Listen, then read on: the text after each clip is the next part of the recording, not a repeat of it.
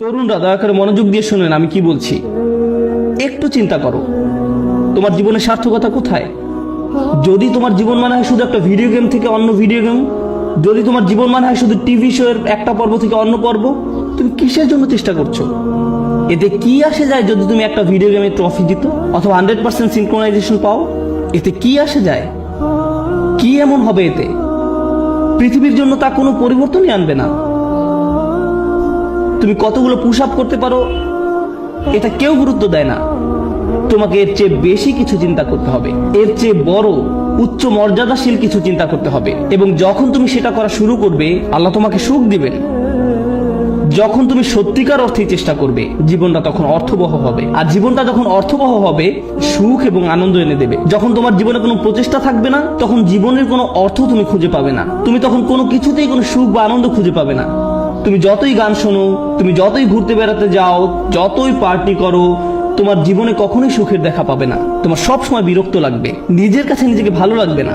গুরুত্বপূর্ণ হচ্ছে প্রত্যয়, যেটা তোমাকে উপলব্ধি করতে হবে। তোমাদের তরুণ প্রজন্মকে হতে হবে অসম্ভব, অসম্ভব এবং অসম্ভব প্রত্যয়। আল্লাহ বলছেন ওয়ান্না সায়াহু সাওফা ইউরা। আমার খুবই পছন্দের একটি আয়াত, এবং আমি এই আয়াতটি দিয়ে শেষ করতে চাই। এবং তার প্রচেষ্টা বা প্রত্যয় খুব শীঘ্রই দেখা যাবে।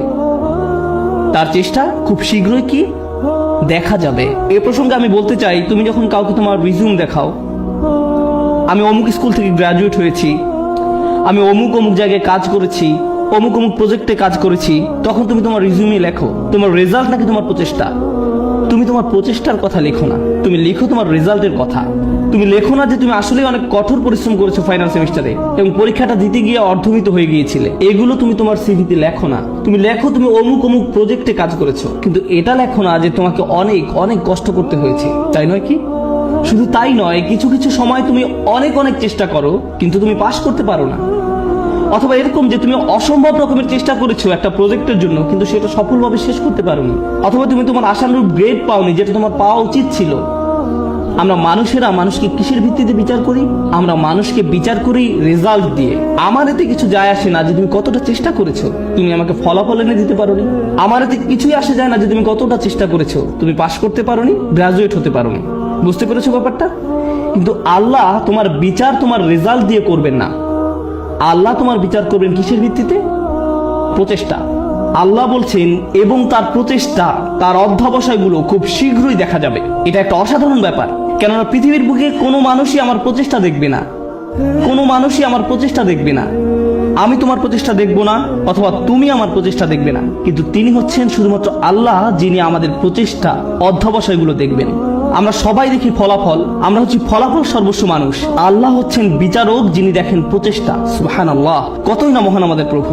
কেউ তোমার প্রচেষ্টার মূল্য দিবে না এক আল্লাহ ছাড়া, সুতরাং কখনোই তোমার প্রচেষ্টাকে খাটো করে দেখবে না।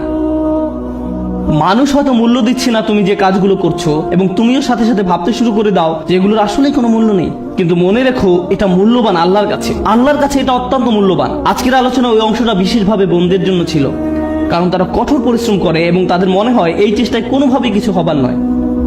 ছেলেরা এমন নয়, কারণ ছেলেরা কোনো খাটুনি করে না এবং তারা মনে করে যে আমি অনেক করেছি, আমি কত কঠোর চেষ্টা করেছি। ছেলেরা নিজেদের সাথে মিথ্যাচার বন্ধ করো। তোমাদের নিজেদের এটা বলা বন্ধ করতে হবে যে তুমি যথেষ্ট করেছো। তোমার অলসতা দূর করতে হবে। ভাইরা, শয়তান তোমাদের ধ্বংস করে দিচ্ছে, সে তোমাদের ধ্বংস করছে। তোমরা এত অলস। নিজেদের কাছে যুক্তি দেওয়া বন্ধ করো এবং কাজ করো, বেশি করে কাজ করো, আবেদন করতে থাকো, করতেই থাকো, অন্যদের সাথে এই ব্যাপারে কথা বলতে থাকো, নেটওয়ার্কিং করো। থেমে যেয়ে বলো না যে আমি সব রকম চেষ্টা করেছি তারপর ফল পাইনি। না, তুমি সব রকমের চেষ্টা করোনি। উদ্যম হারিও না। এটা করা তোমাদের শিখতে হবে।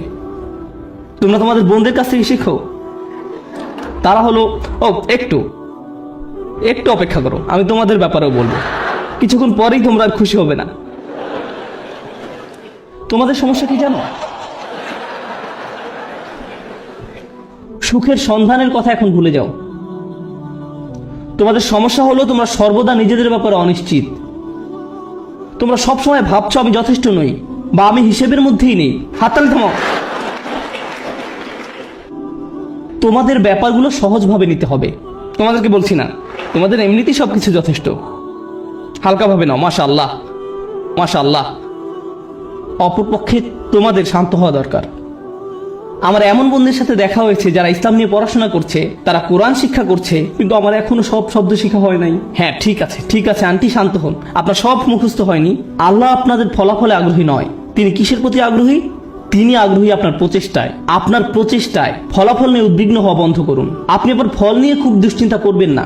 আপনি এখনো যা জানেন না, যেটা এখনো অর্জন করতে পারেন নাই, সেটা নিয়ে আপনি বড্ড বেশি ভাবেন। অর্জন নিয়ে চিন্তা করা বন্ধ করুন এবং আন্তরিক, অকৃত্রিম, সর্বোচ্চ যতখানি সম্ভব চেষ্টা করে যায়। আমি বলছি এমনটা করলে আল্লাহর কাছ থেকে ফলাফল আসবেই, কিন্তু সেটা তার সময়সূচি অনুযায়ী আসবে, আপনার নয়। দুইজন মানুষ একদম একই পরিমাণে চেষ্টা করবে, কোনো একজন দেখা যাবে তার চেষ্টার ফলাফল নগদে পেয়ে যাবে, এবং কাউকে বছরের পর বছর অপেক্ষা করতে হবে সমানভাবে ফল পাওয়ার জন্য। এটা আল্লাহর হাতে। এজন্য আপনি বলতে পারেন না সে তো অনেক সুফল পেয়ে গেল আর আমি কিছুই পেলাম না, আমরা তো একই রকমের চেষ্টা করলাম। এটা ঠিক না, না, এটা পুরোপুরি অন্যায্য। কারণ সেই হিসেব আল্লাহর কাছে ন্যস্ত, এবং আল্লাহ শুধু এটাই দেখতে চেয়েছেন যে আপনি কতটা চেষ্টা করেন। ধরুন দুজন মানুষ একদম একই পরীক্ষা দিল। আমার ক্লাসে এমনটা ঘটেছিল, তারা একদম একই পরীক্ষা দেয়। একজন অনেক বেশি পরিশ্রম করে, সে দিন রাত সারাক্ষণ পড়াশোনা করে। এই প্রোগ্রামে আসার আগে সে আমার বন্ধু ছিল, আমরা দুজন বন্ধু ছিলাম। আমি এখন তার শিক্ষক এবং আমি তাকে বলছি যে চলো ঘুরতে যাই। না, আমাকে পড়তে হবে। আমি তোমার শিক্ষক? না, আমাকে পড়তে হবে, পরীক্ষা আছে। আমি তোমার পরীক্ষা সহজ করে নিব, আমি তোমাকে অতিরিক্ত ক্রেডিট দিব। না, আমার পড়া আছে। এই মানুষটা দিন রাত পড়াশোনা করে। আমি জানি যে সে কি পরিমাণ চেষ্টা করলো, তার প্রচেষ্টার কথা আমি জানি। কিন্তু জানেন, সে তার ক্যারিয়ারে খুব উজ্জ্বল, ব্যবসায় এত দক্ষ, পেশাগতভাবে ভীষণ চটপটে ছিল। কিন্তু ব্যাপারটা এমন যেন আল্লাহ তাকে আরবি শেখার জন্য তৈরি করেননি। সে যত বেশি শিখুক না কেন, সে বেশি নম্বর তুলতে পারতো না। কোন মতো পাশ করতো, কোনো মতেই পাশ করতো প্রতিবারই। আর তার পাশের ছেলেটাই অতিরিক্ত প্রতিভাবান, আমার দেখা সবচেয়ে অলস এক মানুষ। সে ক্লাসে সারাক্ষণ ঘুমাতো, কিন্তু সে প্রত্যেকবারই 99 বা 100 পেত। এতে আমার খুবই রাগ হতো। আমি সেই ছেলেকে শূন্য পেতে দেখতে চাইতাম। আমি চাইতাম যে সে শূন্য পাক, আমি যেন তাকে পরীক্ষার খাতা দিয়ে কঠিনভাবে চড় মারতে পারি। আর যেই মানুষটা পড়তে পড়তে নিজেকে শেষ করে দিচ্ছে, সে পরীক্ষায় ব্যর্থ হচ্ছে। শিক্ষক হিসাবে আমি হতাশ হয়ে গিয়েছিলাম। সেই ছাত্রের অবস্থা তাহলে কি চিন্তা করুন। শিক্ষক হিসাবে আমি হতাশ। কিভাবে সম্ভব যে এই ছেলেটা কোনো চেষ্টাই করে না আর সে ভালো ফল পাচ্ছে, এবং এই মানুষটা যত ধরনের চেষ্টা সম্ভব করছে আর সে কোনো ফলই পাচ্ছে না। মনে হতো যেন এটা অন্যায্য। কিন্তু জানেন কি, যখন এই দুই মানুষ আল্লাহর সামনে এসে দাঁড়াবে এবং দুজনই বলবে যে আমি আল্লাহর জন্য আরবি শিখেছিলাম, হে প্রভু, আমি আপনাকে সন্তুষ্ট করার জন্য আরবি শিখছিলাম, আল্লাহ তখন বলবেন, দেখি তোমরা কি করেছো। তাদের মধ্যে একজন দেখাবে 99 আর একজন দেখাবে 20 নম্বর। সেদিন আল্লাহর কাছে কোনটা বেশি মূল্যবান হবে? ও, সেই 20 নম্বর অমূল্য। সেদিন এটা মূল্যাতীত।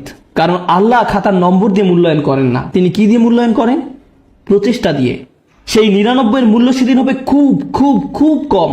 কারণ এটা পাওয়ার জন্য তাকে খুব বেশি চেষ্টা করতে হয়নি। আল্লাহ এভাবেই বিচার করেন। এটা পুরোটাই গুণগত মান সংক্রান্ত, পরিমাণ সংক্রান্ত নয়। মানুষ শুধু পরিমাণ বিচার করতে পারে, আল্লাহ গুণগত মান বিচার করেন। আপনি এখন যা করছেন তার মান বিচার করুন। আপনার যাপিত জীবনের মান নির্ণয় করুন। আপনি যেই দিনটা পার করলেন তার মান। সকালে কি ধরনের নাস্তা আপনি খেয়েছেন, আপনি কার সাথে কথা বলেছেন, আপনি কিভাবে সময় ব্যয় করেছেন, আপনি কি করেছেন, আপনার দিনের মান কেমন ছিল, সেটা আগে ঠিক করুন। এবং ইনশাআল্লাহ তাআলা তবে এই উম্মতের ভবিষ্যৎ খুব উজ্জ্বল। কারণ আপনি একবার যদি পরম সত্যের ব্যাপারে চিন্তা করা শুরু করেন এবং আপনি প্রভাব নিয়ে চিন্তা করা শুরু করেন, তবে এই ঘর থেকে নতুন চিন্তা ভাবনা আসা শুরু করবে, সৃজনশীলতা আসা শুরু করবে, নিত্য নতুন প্রজেক্ট আসা শুরু করবে, যেটা ক্রমান্বয়ে দুনিয়াকে বদলে দিতে পারে, সেটা দুনিয়াকে প্রভাবিত করতে পারে, যেমনটা আর কখনো করেনি। মুসলিম তরুণ সম্প্রদায় এটা করতেই সক্ষম। মুসলিম তরুণরা এটা করতে সক্ষম যখন তারা সঠিক সাধনার জিনিসটি খুঁজে পায়। আল্লাহ আযজা ওয়া জাল্লা এই মানুষগুলোকে, এই তরুণ সম্প্রদায়কে, এই উম্মতের বীর পুরুষ করুন, যারা সঠিক সাধনার সন্ধান করে। পরবর্তী প্রজন্ম এসে যেন বলে, আমি তাদের হারাতে চাই। তারা ছিল যেন স্বর্ণতুল্য মানদণ্ড। বারাকাল্লাহু লি ওয়া লাকুম। আসসালামু আলাইকুম ওয়া রাহমাতুল্লাহি ওয়া বারাকাতুহু।